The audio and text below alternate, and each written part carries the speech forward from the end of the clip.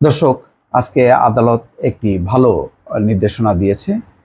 সেটি হচ্ছে সরকারি কর্মচারীদের সম্পদের ঘোষণা সহ হিসাব দাখিলের বিধি কঠোরভাবে মানতে নির্দেশ। অর্থাৎ সরকারি কর্মকর্তা কর্মচারীরা এবং তাদের পরিবারের সম্পদ বিবরণী দাখিল করার নিয়ম আছে, কিন্তু সেই নিয়মটা কখনোই প্রতিপালিত হয় না। এখন আদালত এটা কঠোরভাবে মানার জন্য নির্দেশনা দিয়েছে। এর ফলে কি হবে?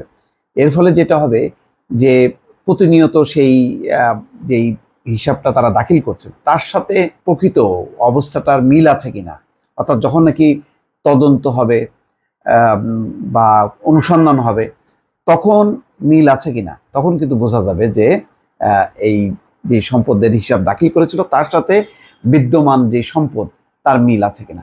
তাহলে হবে কি, কর্মকর্তা কর্মচারীরা সতর্কভাবে বেপরোয়াভাবে যে দুর্নীতির বিভিন্ন খবর বের হয়ে আসছে, মতিউরের যে ছাগল কাণ্ডের পর থেকে বেনজির, এই সমস্ত ঘটনাগুলোতে কিন্তু সরকার পর্যন্ত এখন রীতিমতো কাঁপতে শুরু করেছে যে এই বেপরোয়া দুর্নীতি এক একজনের 50 কোটি, 100, 200, 300 কোটি এবং শত শত বিঘা জমির নানান রকম হিসাব বেরোনোর পর এখন টনক নড়েছে। হাইকোর্ট সেই নির্দেশনা দিয়েছে। খবরে বলা হচ্ছে, সরকারি কর্মচারী ও তাদের পরিবারের সম্পদ বিবরণীর ঘোষণা এবং সময়ে সময়ে তা দাখিল সংক্রান্ত বিধি কঠোরভাবে মানতে নির্দেশ দিয়েছে আদালত। এই বিষয়ে অগ্রগতি জানিয়ে 3 মাসের মধ্যে আদালতে প্রতিবেদন দিতেও বলা হয়েছে। আদালত বলছে, 1979 সালের সরকারি কর্মচারী আচরণ বিধিমালার 13 বিধিটি কঠোরভাবে মানতে নির্দেশ দেওয়া হলো। এক রিট আবেদনের প্রাথমিক শুনানি নিয়ে বিচারপতি মোহাম্মদ নজরুল ইসলাম তালুকদার ও বিচারপতি কাজী ইবাদত হোসেনের সমন্বয়ে গঠিত হাইকোর্ট বেঞ্চ আজ মঙ্গলবার রুল সহ এই আদেশ দেন। আগামী 22 অক্টোবর পরবর্তী শুনানির জন্য তারিখ রেখেছেন আদালত।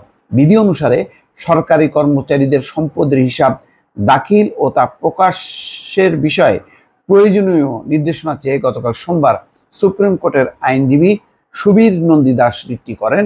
রিটের পক্ষে তিনি নিজেই শুনানি করেন। রাষ্ট্রপক্ষ deputy attorney general AKM Aminuddin ও দুর্নীতি দমন কমিশনের পক্ষে আইনজীবী AKM ফজলুল হক শুনানিতে অংশ নেন। 1979 সালের সরকারি আচরণ কর্মচারী বিধিমালায় সংশোধিত 13 বিধির ভাষ্য, প্রত্যেক সরকারি কর্মচারী চাকরিতে প্রবেশের সময় যথাযথ কর্তৃপক্ষের মাধ্যমে সরকারের কাছে তার বা পরিবারের সদস্যদের মালিকানাধীন বা দখলে থাকা শেয়ার, সার্টিফিকেট, সিকিউরিটি, বীমা পলিসি ও মোট 50,000 টাকা বা ততোধিক মূল্যের অলংকার সহ স্থাবর অস্থাবর সম্পত্তির ঘোষণা করবেন। প্রত্যেক সরকারি কর্মচারী প্রতিটি 5 বছর অন্তর প্রদর্শিত সম্পত্তির হ্রাস বৃদ্ধির হিসাব বিবরণী কর্তৃপক্ষের মাধ্যমে সরকারের কাছে দাখিল করবেন। অর্থাৎ বছরে বছরে কখন বাড়লো কখন কমলো পুরো হিসাবটা যখন দাখিল করবে তখন সরকারি কর্মকর্তা কর্মচারীদের মধ্যে একটা জবাবদিহিতা বা দায়বদ্ধতা আসবে। ফলে তারা বেপরোয়া যে দুর্নীতিতে যে লিপ্ত হওয়া, যেই এখন দুর্নীতির মহোৎসব চলছে, সেই মহোৎসবে তারা পা দিতে পারবেন না, সতর্ক থাকবেন। আর যদি কেউ পাও দেন তখন বিদ্যমান তার হিসাব দাখিল এবং বর্তমান অবস্থা এই দুটি হিসাব করে সহজেই তাদেরকে চিহ্নিত করা যাবে যে কারা দুর্নীতি করছে আর কারা দুর্নীতি করছে না। দর্শক, ভালো থাকবেন। আল্লাহ হাফেজ।